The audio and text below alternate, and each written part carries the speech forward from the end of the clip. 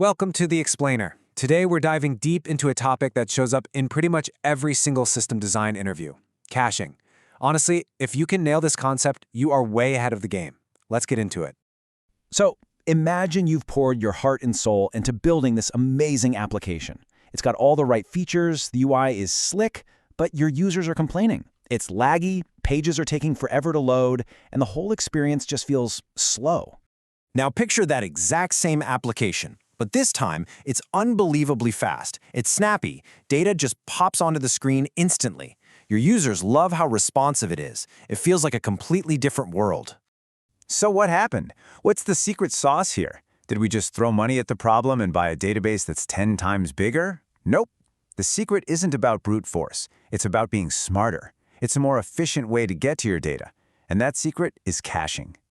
You see, the real villain behind most slow apps isn't the code itself. It's the database.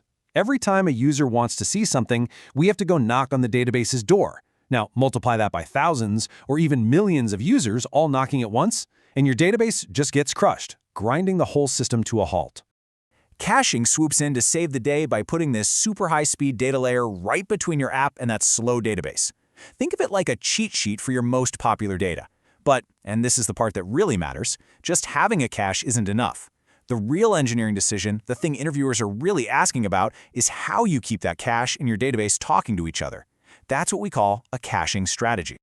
All right, let's jump right in with the most common and the most intuitive strategy out there, cache aside. You might also hear this one called lazy loading. Okay, let's follow the data. The first thing to notice is that the application is in the driver's seat here. It's doing all the work. It checks the cache. If the data isn't there, a cache miss, it then has to do this double-duty dance. Go all the way to the database, grab the data, and then, before it returns, it has to remember to put that data into the cache for the next time someone asks. All of that logic lives right inside your application code. And right away we see the classic trade-off. The good news, it's pretty simple to set up, and it's really efficient with memory because you're only caching the data that people are actually using. But the downsides? Well, that first request for a piece of data is always going to be slow because it's a guaranteed miss. And the bigger problem is the risk of stale data. What happens if someone updates the database, but that old, outdated info is still just sitting in your cache? This makes cache aside your best friend for read-heavy systems, where being a few seconds out of date isn't the end of the world. Think about a social media feed or an e-commerce product catalog. Seeing a post that's 10 seconds old is a totally acceptable price to pay for making the feed load instantly from millions of users.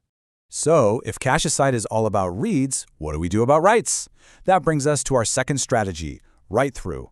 And this one is all about one thing: data consistency. It's for systems where the data absolutely, positively has to be correct. Now look at how this data flow is completely different. When your application gets a request to write new data, it writes it to the cache and to the database at the exact same time. And the most important part, the app doesn't tell the user "we're done" until it gets a thumbs up from both the cache and the database. And here you see the price you pay for that perfect consistency. The huge win is that your cache and database are always perfectly in sync. You will never, ever serve stale data, but you pay for it in speed. Every single write is now slower because you have to wait for two systems, your fast cache and your much slower database, to finish the job. This is the strategy you reach for when data being out of sync could cause real problems. Think about a user updating their password or their payment info. You need that change to happen everywhere immediately, no exceptions. That is a textbook use case for write-through. All right, on to our third and final core strategy, write-back, which you'll also hear called write-behind. This one throws consistency concerns to the wind because it's obsessed with one thing and one thing only: blazing fast write speed. The key word to everything here is asynchronously. Your application takes the new data, zips it over to the incredibly fast cache, and immediately tells the user, "Got it, we're all good." And all that slow, heavy work of actually writing to the database, that happens sometime later, in the background, without making the user sit around and wait. Now this is your high-risk, high-reward play. The upside is you get absolutely phenomenal write performance, and you take a ton of pressure off your database. But, and believe me, this is a very big but, if that cache server crashes or loses power before it gets a chance to write the data to the database, that data is just gone. Poof. Forever. So you might be thinking, why would anyone ever take that risk? Well, you do it in systems that are handling a massive volume of writes, where losing a handful of data points in a failure is an acceptable loss. Think about collecting analytics on user clicks or logging application metrics. You might be handling millions of writes a minute, and if a few get lost in a crash, it's a worthwhile trade-off to keep the whole system from collapsing under the load. Okay, we've met the big three players. So, how do you pick one? In any system design interview, your ability to talk clearly about the trade-offs is what separates a good answer from a great one. So, let's put them all side by side. You can think of this table as your ultimate cheat sheet. If the system is all about reads, you start by thinking about cache aside. If consistency is king and you can't afford to be wrong, you need write through. And if you're just trying to drink from a fire hose of incoming data, you look at write back as long as you can stomach the risk. Knowing this is good, but really understanding the why behind each row is even better. You know, getting data into the cache is actually the easy part. The really hard problem, as the famous computer scientist Phil Carlton once said, is cache invalidation. In other words, how do you know when the data in your cache is old and needs to be thrown out? Bringing up how you'd handle invalidation? That's a real senior level move in an interview.